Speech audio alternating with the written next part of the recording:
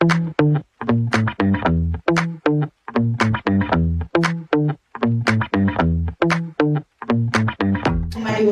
tayo sa pangako ng Diyos.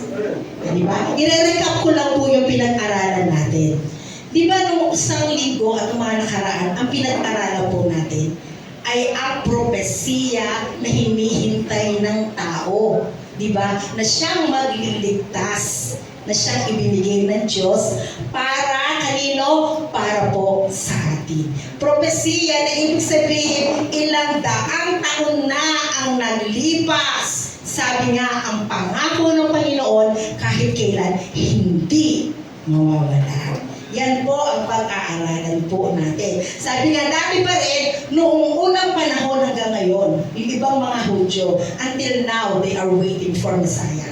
Ibig sabihin po, they are waiting doon sa tinatawag na pagdating ng tagapagligtas. Ano nga ba itong sa mga Kristyanismo, ano nga bang tinatawag na Mesiyas? Ito ay tumutukoy kay Jesucristo na pinaniwala ang ipinangako na upang tayo ay maroon ng kaligtasan. At ang Messiah po na ito, anong pinag-aralan natin? Ito po ay lahi ni David, tama po ba? Ni Abraham at ni Jacob. Jacob. Ibig sabihin, grabe, ang tagal-tagal na noon. Di ba? Ang tagal-tagal na noon. Ang nakakalungkot lang sa mga ibang Hudyo, until now, hindi pa nila kilala kung sino ang Messiah. Pero ikaw, kilala mo ba kung sino ang Messiah? Yan. Tatalakayan lang po natin kung ano ba ang propesya nito. Kasi matagal na po ito. Ang sabi niya, PowerPoint po, sa 2 Samuel 7:12-13. Sabi rito, pagka ang iyong mga araw ay naganap at ikaw ay matutulog na kasama na iyong mga magulang, aking ibabangon ang iyong binhi pagkatapos mo na magmumula sa iyong tiyan at ang aking itatatag ang kaniyang kaharian. Kaniyang ipagtatayo ng bahay ang aking pangalan at aking itatatag ang luklukan ng kaniyang kaharian magpakailanman. Ito po ay sinabi ni David. Noong una iniisip ko, si Solomon ang sumunod sa kanya, di ba?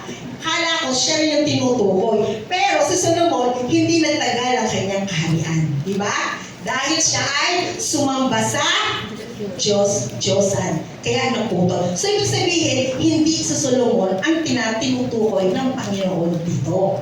Amen po? Di ba? And then ano pa? Sabi nga po rito sa Isaiah 7:14. Sabi nga rito, kaya't ibibigay sa inyo ang isang tanda. Narito ang birhen ay magdadalang tao at manganganak ng isang lalaki at tatawagin ang kanyang pangalan na Emmanuel.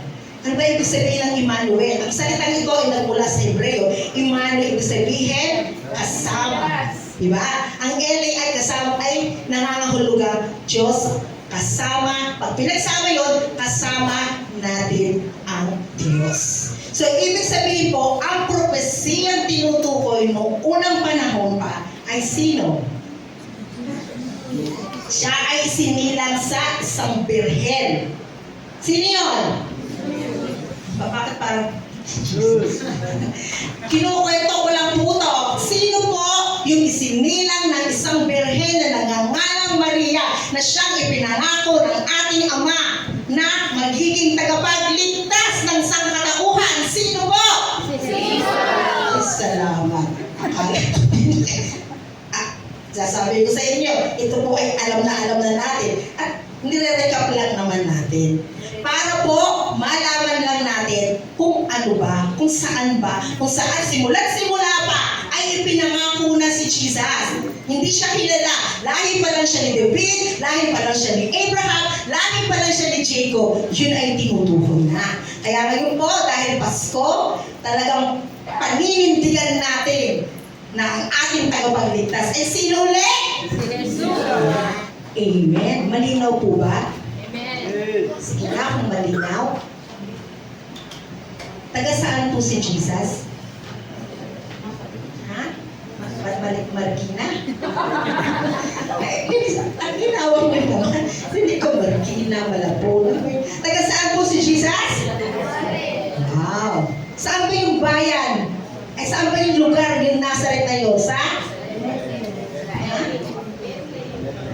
Sa Bethlehem? Sa Galilea. Di ba tama ba, Pastor? Sa Galilee.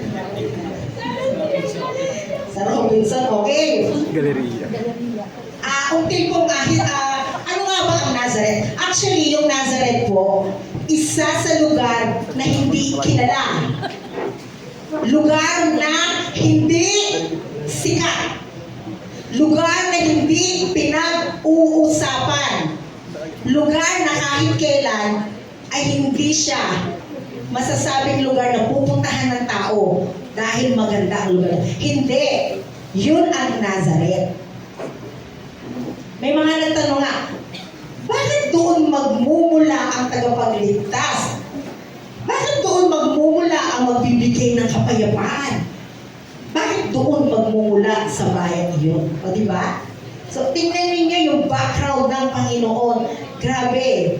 Sabi nga, isang bayan na maliit ito. Pero ang tinutukoy na tagapagligtas na siya isisilang ay si Jesus. Sabi niya, Jesus is the long-promised seed of David. And Jesus is the promise awaited. Di ba? Siya yung hinihintay na tagapagligtas ng lahat. Sa atin, hinihintay mo pa ba ang tagapagligtas mo? Oo daw, sabi na rin ako. Hindi nakikinig yun. Hinihintay mo pa ba ang tagapagligtas mo? Hindi na. Dahil kilala mo na. Nakakalimutan na naman. Ako sa mga partner ko, sinasabi ko, halimbawa nanay, may nagdaan dyan na lumulutang sa tubig, may dala siyang ayuda at sinabi bang siya si Jesus. Maniniwala ka ba? Sagot ng nanay, yes sister.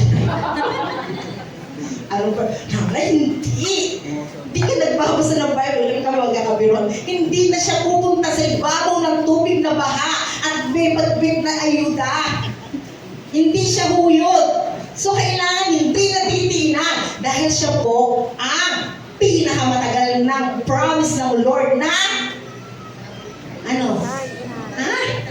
Makikinig ba kayo? Ano? Nagbigay ng ayuda? Hindi, ano? Yun. Attentive dapat tayo kasi baka pag mga nagbigay ng ayuda dyan sa inyo, lalo na wala kayong pera. Sabihin siya ang Jesus. Hindi, oo nga. Ikaw ba? Oo nga. Kasi ayun po yun. Yan. So, we have to be careful. Ha? Kahit anong sitwasyon ng buhay mo, binibless ka man ng Panginoon, may hirap man ang buhay mo, si Jesus pa rin ang Diyos mo. Tama po? Tama po? Sumunod. Paano pong salita? Wala na akong nakikinig. Pag naman nagtanong ako, yes, amen! Tama po ba?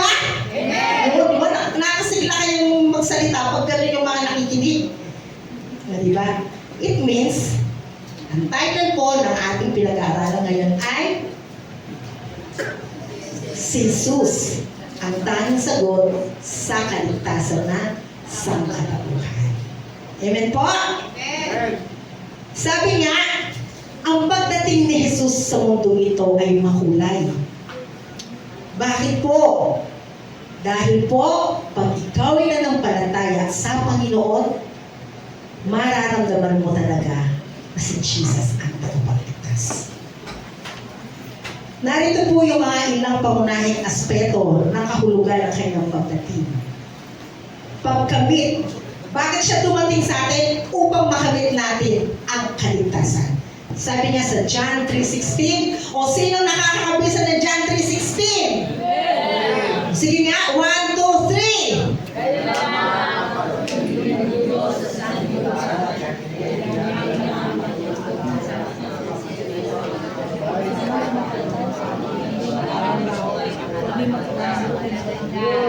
Mga kabataan, alam niyo pa ba yan?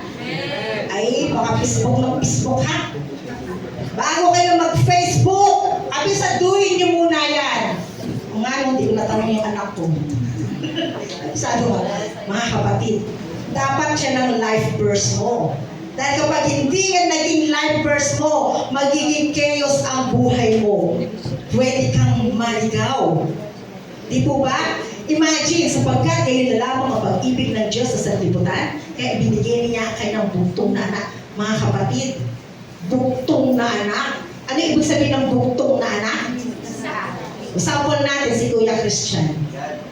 Yan o, buktong na anak. Sabihin sa'yo, akin na yan. Papako ko kayo sa Christian. Ano mo, internalize mo yung mararamdaman mo. Ako, Shira ko, pagtawid nga lang nun, nag-aalala na ako eh. Dalaga na yun. Susunduin ko pa minsan yun. Sasabihin ko sa dalaga, hayaan mo tumawid, hayaan mo tumawid. Pero pag naramdaman ko nang siya'y tatawid, punta tayo dun. So, itawid na. Ganon. Ganon po ka-precious si God. Kanino niya ibibigay? Sa atin, sinungaling. Walang inisip paano kumita ng pera. Busy sa kakatrabaho. Nagmumura pa. Imagine niya yung binigay huwag mo na sasabihin mag-isip ka nung kahinaan mo sa buhay. Ibibigay sa iyo ng Diyos ang kaligtasan mo. Ayun ay si Jesus. Ano pa? Bakit po ibinigay si Jesus? Upang tayo po ay maturuang umibig at magpatawad. Ito yung pinakamahirap na bagay gawin, yung magpatawad ka. Tama, mali? Yung anak mo, asawa mo, madali mong patawarin. Pero yung ibang tao na nagkas, huwag mo makita yan. Lagi nga sinasabi ng pastor, hindi magiging ganap ang paglilingkod mo. Kung ang mukha mo lang ay nakaganyan, ayaw mo makita ang kinaiinisan mo dahil may nagawa sa'yo. Diba? Grabe po ang kondisyon ng pagpapatawad. Sabi nga, sa pahaya ay sa Mateo, ibigin mo ang Panginoon mong Diyos na buong puso, buong kaluluwa at buong pag-iisip. Ito ang pinakamahalagang utos. Ang pangalawa, ito, ibigin mo ang iyong kapwa gaya ng iyong sarili. Palagay niyo ba ibibigay ng Diyos Ama si Jesus kung di kanya mahal? Palagay mo ba ibibigay pa sa atin si Jesus kung ikaw ay mabait? Sige, sabi, minsan sinaan mo ko nga ito, Lord, grabe, no? Samantalang ako, pagtatayo ako rito, alam mo, yung inisip kanina nga lang, sinermonan ako ng asawa ko. Di ba? Kasi, ano sa babae, mabunga nga ba kayo? Sabi niya sa akin, dapat hindi. Kasi yung ganyan. Kinatwira ko pa, bakit sabi niyo yun? Di ba? Mahal pa ba ako ng asawa ko? Yes! Kahit bumangera ka, mahalin mo ang asawa mo. Kahit walang pera ang asawa mo, mahalin mo siya. Kahit anong itsura. Ay, kasi ganito nagsimula. Joke na. Mahalin mo. Ang ganda-ganda niya nung kinuha mo eh. Ang pogi-pogi niya, wala lang ng pera, bungangera lang, di mo. Tayo naman mga babae, narinig ko sa Facebook, huwag mo naman paglaban ng pagiging bungangera mo. Kasi pagiging bungangera, negatibo rin daw sinasabi mo. Di ba? Negatibo ro yun. Kaya kung ano ang sinasabi mo, yun ang nangyayari sa buhay mo. Di ba? Pag negatibo ka, inaalis mo ang blessing. Sasabihin mo sa asawa mo, ay ikaw ay sa kulong, gano'n, sa anak mo, pinalayas mo. Eh wala na yung blessing na magbubuo ng pamilya mo. Ganyan din sa asawa. No, ang bawang ka na. Ay dito may chicks na maganda rito. Di ba? Wala na. Nawalan ka na ng bawang. May pambili ka ba? Di ba? Gets ninyo? Kada blessing na pinapaalis mo sa bahay mo, ay yun ang kawalan ng kasiyahan sa pamilya mo. Dahil, biblikan, ibigin mo ang iyong kapwa gaya ng iyong sarili. Kung yung mga mahal mo sa buhay, hindi mo maibig, paano pa gaya ni Jesus? Na hindi man niya kadugo, minahal niya, di ba? Ang daling magsalita, ano? Yung sabi kasi ng Lord, di ba? Dapat sabihin namin sa inyo. Amen po? Amen. Sabi nga, number 3, bakit ba tinalaga ng Ama si Jesus? Pagkakamit ng kapayapaan sa puso ng tao.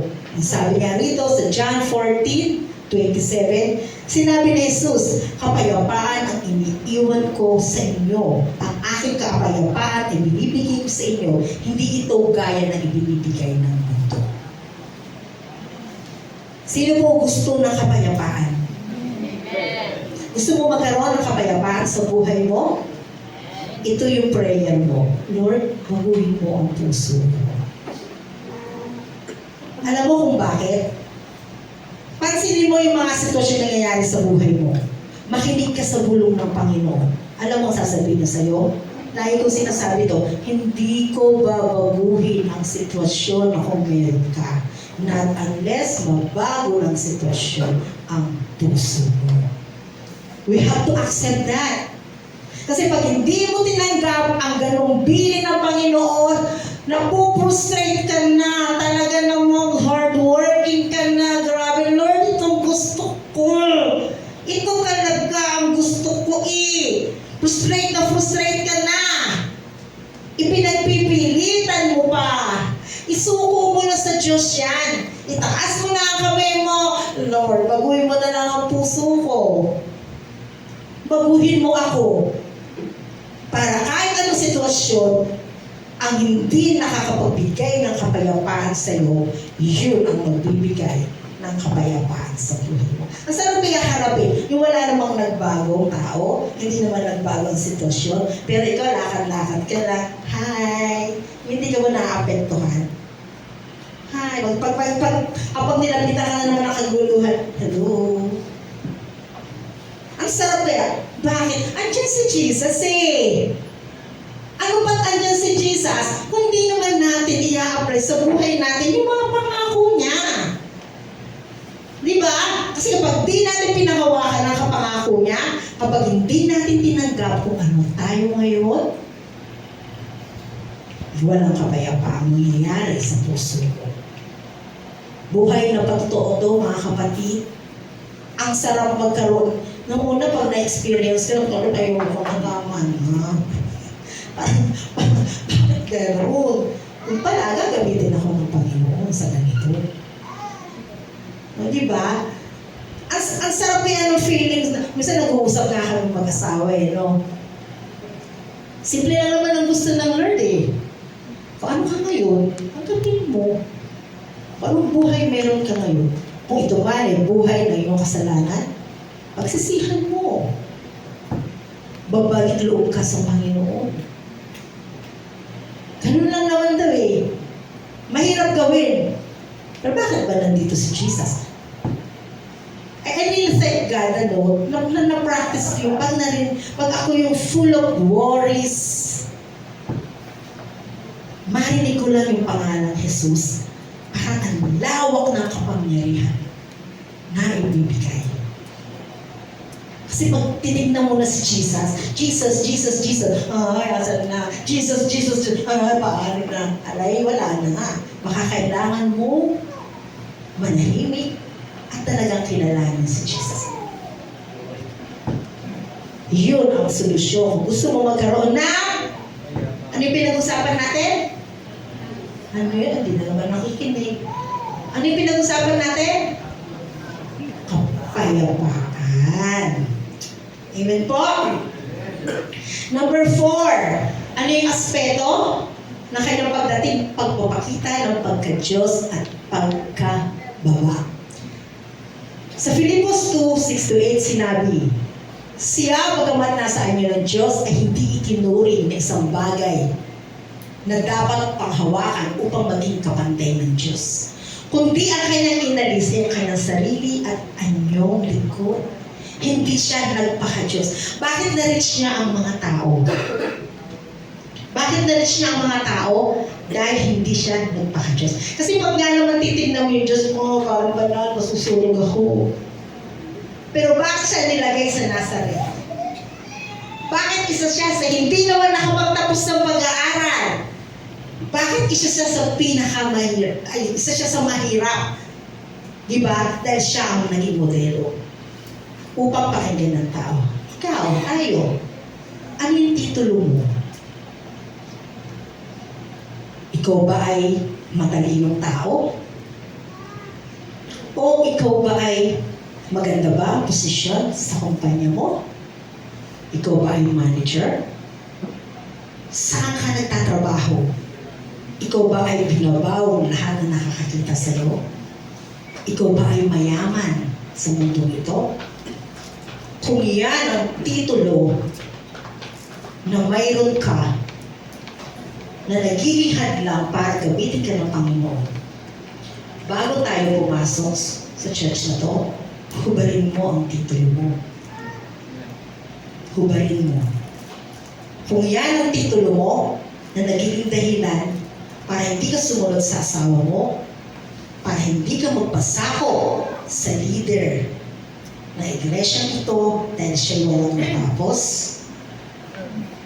Kapatid, hubarin mo ang titulo mo. Walang sama sa pagkadalubhasa sa anumang pinaglalaban mo. Samahan mo rin ang pagpapakadalubhasa sa pagpapakumbaba at pagpapasako kung kanino ka dapat mong pasako. Dahil kahit kailan, hindi magtatagumpay ang pamilya mo, ang church na to, kung lagi mong pangahawakan kung anong titulo meron ka. Dati kang palabati, pero ngayon hindi na. Bakit? Dahil matalino ka, nakagraduate ka, ayaw mo nang sumunod. Mga kapatid, hindi yan ang design ng Lord sa'yo. Amen! Wala namang ginagawa sa akin, di ba? Amen! Parang sinabi ni sister, ako yun. Wala namang problema. Maganda lang na-realize natin. O, meron din namang reyna at hari ng kabisihan. May titulong ganyan, di ba? Reyna at hari na walang ginawa kundi mag-alinlangan. Reyna at hari na walang ginawa kundi takot na takot sa future. Reyna at hari na lang ng lahat ng negatibo sa buhay. Ang sabi ng Panginoon, pagtapos mo, pwede mong isama yan at iluhod mo sa Panginoon. Huwag natin hayaan na kung anong titulo meron tayo ang maging hadlang para hindi ka gamitin ng Panginoon. Kasi pag yan ang titulo mo, ayaw mo nang humawak ng mas bababa sa'yo. Ayaw mo nang humawak na ipiling mo ay huhut-hutan ka lang. Ayaw mo nang humawak na alam mo hindi ka naman maididig. Ayaw mo nang humawak dahil alam mo hindi niya kayang hindi niya kaya ibigay ang gusto. Gets po nyo? Noong panahon ni Jesus po, sa kanyang pag-preach, 3,000 ang tumatanggap sa Panginoon. Isa lang siya, ha? Pero sa panahon natin ngayon, yung 3,000 na tumanggap sa Panginoon, ano nangyari? Isa lang ang tumanggap. Bakit? Anong ginagawa ng 3,000? Nagpapakadalubhasa sa anumang bagay. Nakalimutan na kung ano ang dapat na ibahagi. Kaya sabi niya, ako na-appreciate ko yung mga kabataan mo, mga sa discipleship. Sabi ko, nag-send pa sa akin si pastor sa atin na pag ikaw ay tumatayo rito, baliwala ka kung wala kang hawak na, wala kang dinidisipulo. Personally, ginamit yung mga dinidisipulo ko sa akin. Yung namatay na si Jennifer, kami ni Sister Bea, simple lang pagsalita yun. Sabi sa akin, buti nga kayo, may trabaho ko wala. Ganun lang siya simple. Ay, puro kayo ng pag-alala. Ako nga, matin ako. Ang ginagawa ko nga lang, matin ako na dyan. Tapos sabi pa sa akin, atin kasi kayo ng fasting. Sino nakakilala kay Jennifer? Yung may tubo siya rito bago siya namatay.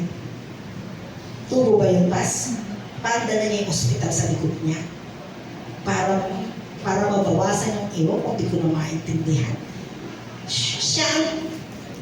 Ayan, yan sila Sister Annie, sila Jonah. Pag ako ay windang, sasabihin sa akin yan. Mga sister, parang windang ka ngayon. Parang tinuturo mo, parang, yun ang maganda sa disciple mo. Kahit disciple ka, tuturuan ka ng Panginoon makinig. Kasi sila, naitan ng buhay mo yan. Minsan nga sila pa yung ginagamit eh. O diba? Kaya dapat sa atin, burahin mo ang titulo na mayroon ka. Itapon mo sa labas yan. Para maabot mo yung may hirap na hindi kaya mo nung may pinag-aralan. Dahil si Jesus, gano'n ang ginawa niya. Ang sarap kaya nun. Halimbawa, si Pastor Teddy, hindi siya tapos ng pag-aaral. Pero ang mga nasasakupan niya, mga professional, abay sumunod ka, itinuro mo maging leader yan, ba't di mo susundin? Gets nyo? Hindi mo pwede sabihin kay Pastor Teddy, professional ako. Bakit mo ako inuutusan? Professional ako. Taas-sahod ko eh. Di ka nga ng libre. Libre ka? Di mo pwedeng sabihin yun. In-appoint mo eh. In-appoint mo. Gets ninyo kung paano ang sakripisyo nyo? Si Pastor. Diba? Ilang taon kang inalagaan, ilang taon kang pinag-pray. May nagawa lang, umalis na sa church. Wow, mga kapatid. Pag nasa simbahan ka, pagpapakumbaba, burahin mo kung anong posisyon meron ka, manager ka sa kumpanya, ay nako, sisiw lang sa Panginoon yan. Ano ang posisyon mo? Tanggalin mo yan. Pag di mo tinanggal yan, sino ang kawawa? Ang mga tao na naghihintay sa'yo para bahagian mo ng kaligtasan. Amen po? Masakit ano? Masakit. Pero yun ang katotohanan. Amen po? Amen. Amen parang, understand sister? Amen? Amen. Amen. Kung gusto mo magtagumpay sa paglilingkod sa Panginoon, imitate God. Hindi nyo niya sinabing gayahin mo eh. Ang hirap nun. Imitate Him. At pag in-imitate mo ang God, sarili mo maglakas yun? Hindi. God din ang magtuturo sa'yo. Amen po? Amen. Ano pa? 5. Pagbibigay ng pagkakataon ng pagkakasundo sa Diyos. Noong dumating ang Panginoong Jesus, nabalik ang relasyon natin sa Panginoon. Diba noong unang panahon, namatay ang mga tao dahil sa kasalanan. Pero nilagay niya na si Jesus, hindi ka na niya nakikita. Alam niyo, sa totoo lang, yung pagkakasundo sa atin ng Diyos, dahil kay Jesucristo, pinaging banal na tayo. Paano tayo pagiging banal din ng Panginoon? Dahil sa pagsubo. Sino dito nakaranas ng pagsubo at lalong lumalim sa Panginoon? Alam mo, dahil sa pagsubo kasi, nire-reveal ng Lord kung anong karakter meron ka. Bakit niya nire-reveal? Dahil yung karakter na negatibo na yun, yun na nagiging dahilan kung bakit hindi pinakikinggan ng Diyos ang mga dalangin mo. Kaya nagtataka, bait ko naman eh. Lagi naman ako sa church eh. Nagkaroon ka ng pagsubo. May something sa karakter mo, reklamador ka pala. Kaya tama yun. Ano ba yun? Rejoice to the Lord. Sa anumang pagsubok, magalak ka. Dahil sa pagsubok, nare-reveal ang kasalanan mo. At pag hiningin mo ng tawag sa Panginoon yun, your prayer will be answered. Gets nyo? Kaya lahat dapat eh. Lahat sa buhay mo, isuko mo sa Panginoon. Amen po? At higit sa lahat, pang-anim, aspeto ng kahulugan ng kanyang pagdating, pagpapahayag ng kaharian ng Diyos. Naniniwala ba kayo na ang paghahari ng Diyos ay nasa puso na natin? Bakit kailangan mong maniwala? Dahil yan ang gagamitin ng Panginoon para makapag-solving ka. Naniniwala ba kayo? Oo, effective ang prayer. Effective yan, napaka-effective yan. Pero hindi bubukas ang bibig mo para ipahayag ang kaligtasan. Palagay mo ba, mag-born again siya? Hindi. Kaya dumating ang Panginoong Jesus upang ipalaganap ang kanyang kaharian. Higit ang kaligtasan ng tao. Kaya tama naman humayo tayo. Kami natutuwa rin naman ako sa company namin. Required sa amin magkaroon ng dinidisipulo sa CCP. Tapos dinagdagan pa rito sa church. Napakasarap po na may dinidisipulo ka. Bakit? Tumatatag ang relasyon na kasama mo sa Panginoon, hindi siya nasishaken sa pananampalataya niya. Diba? Sino ba rito nagdi-disciple niya o nagpapadisipulo na? Bago ka humakbang sa profesyon mo, magpadisipulo ka muna. Dahil chaos. Lalo't anak ka ng Diyos, hindi ka niya magtatagumpayin. Alam mo bakit hindi pinagtatagumpay ng Diyos ang kanyang mga anak kapag hindi nag-aaral ng salita ng Diyos? Bakit? Dahil mapapahamak siya. Ikaw ba? Anak ka ng Diyos. Hindi pwede hindi ka madisipulo. Kasi anak ka ng Diyos. Kasi kapag ikaw ay nadidisipulo, kahit ikaw ay lumalago, ang paglago mo parati mo naiisip para to sa kapakanan ng Diyos. Susunod ako tayo sa kapakanan ng Diyos. Puro ganun na lang yung isip mo. Amen po?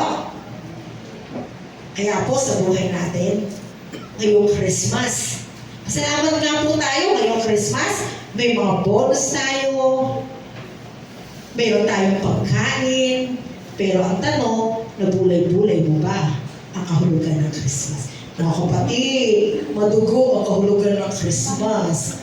Pag napapanood ko yung Passion of the Christ, tama ba yun? Grabe iyak ko dyan. Tindi ng iyak ko dyan. Yung pala, yung nakikita natin yan, hawik lang yun. Hindi po ang katotohanan yun, ang itsura ni Kristo. Kung mababasa nyo sa Isaiah po ba yung pastor, ang itsura niya ay hindi halos makilala na parang hayop. Ganun ang itsura ng Diyos. Para sa iyo. Para sa iyo yun. Para sa akin yun. Amen po? Kaya walang dahilan para hindi natin siya ibahagi. Naku po, kapag tayo ay hindi kumilos para magbahagi ng salita ng Diyos, nasa company ka pa man, saan ka ba nagtatrabaho, naikwento mo ba si Jesus sa buhay nila? Mga kapatid, o katabi mo, baka mapunta sa impyerno. Alam mo ba ang impyerno? Sige po, 2 minutes na lang. May katawan. Sige po, anin mo yung katawan mo. Sige. Yung masakit na paano mo. Pag namatay tayo, itong katawang lupa mamamatay ito. Pero yung nakakaramdam ng sakit na to, yun ang hindi mamamatay sa impyerno. Imagine mo, ang sakit nun. Gusto mo ba mapunta doon ang mahal mo sa buhay? Ako ay nilithate ka din sila may pag dinadalaw namin yung daddy ko. Nasyesyaran namin ng Word of God. Diba? Ang sarap din tumatanggap siya. Yan, nakwento ko nga sa inyo. Alam ko, diba? Kasi pag makikita niya, hirapan na nga siya sa dito sa sakit niya, pati ba naman sa impyerno. Sino sa inyo may mga mahal sa buhay? Panalangin niyo na makakilala sa Panginoon. Dahil mawawala na kabuluhan ang pagdating ng Panginoong Hesus kung hindi tayo magbabahagi ng salita niya para sa kaligtasan ng tao. Amen po? Isuko natin ang buhay natin sa Panginoon. Isuko po natin. Conclusion po. Ang pagdating ng Panginoong Hesus ay hindi lamang kwento o kasaysayan. Ito ay may kalakip at pangako sa paghango buhat sa kamatayan patungo sa buhay na walang hanggan. Isuko natin lahat, Panginoon, sa Panginoon lahat ng kung ano meron tayo. Hanapin natin ang kaligayahan sa Panginoon upang ang mga pangarap natin ay ating makamutan. Amen po.